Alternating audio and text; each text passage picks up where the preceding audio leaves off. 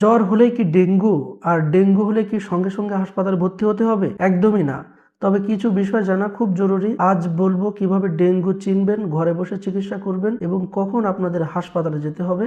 এক মুহূর্তেও দেরি করা যাবে না। প্রিয় দর্শক, ডেঙ্গুর সাধারণ লক্ষণগুলো হচ্ছে হঠাৎ করে 101 থেকে 104 ডিগ্রি ফারেনহাইট পর্যন্ত জ্বর, প্রচন্ড মাথা ব্যথা, চোখের পিছনে ব্যথা, শরীর এবং জয়েন্টে তীব্র ব্যথা, বমি বমি ভাব বা বমি, কখনো ত্বকে লালচে দাগ দেখা দিতে পারে। ডেঙ্গু হলে ঘরে বসে যে 5টি চিকিৎসা শুরু করতে হবে। প্রথমত, জ্বর কমাতে শুধু প্যারাসিটামলই খেতে হবে। চিকিৎসকের পরামর্শ অনুযায়ী সঠিক মাত্রায় প্যারাসিটামল ব্যবহার করতে হবে। তবে আইবুপ্রোফেন, ডাইক্লোফেনাক, ন্যাফ্রোকজেন বা অ্যাসপিরিন জাতীয় ওষুধ একদমই খাওয়া যাবে না। এগুলো রক্তক্ষরণের ঝুঁকি বাড়াতে পারে। 2 নম্বর হচ্ছে প্রচুর তরল খাবার খেতে হবে। দৈনিক 2 থেকে 3 লিটার পানি পান করতে হবে।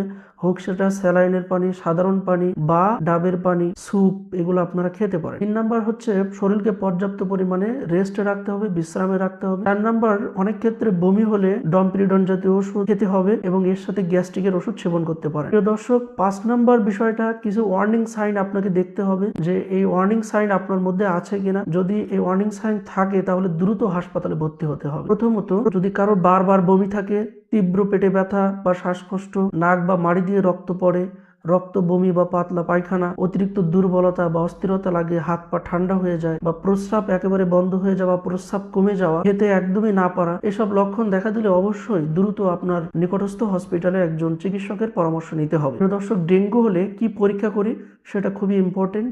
প্রিয় দর্শক, প্রথম 3 দিনের মধ্যে ডেঙ্গু সাসপেক্ট হলে সিবিসি করা হয়, NH1 অ্যান্টিজেন পরীক্ষা করা হয়, পরবর্তীতে সিবিসি করা হয় এবং ডেঙ্গু অ্যান্টিবডি টেস্ট করা হয়। তো ডেঙ্গু হলে ভয় পাবেন না, আতঙ্কিত হবেন না। সঠিক সময় যদি প্রয়োজনীয় চিকিৎসাটা আপনি নিতে পারেন তাহলে ডেঙ্গু থেকে অনেক রোগী ভালো হয়ে যায়।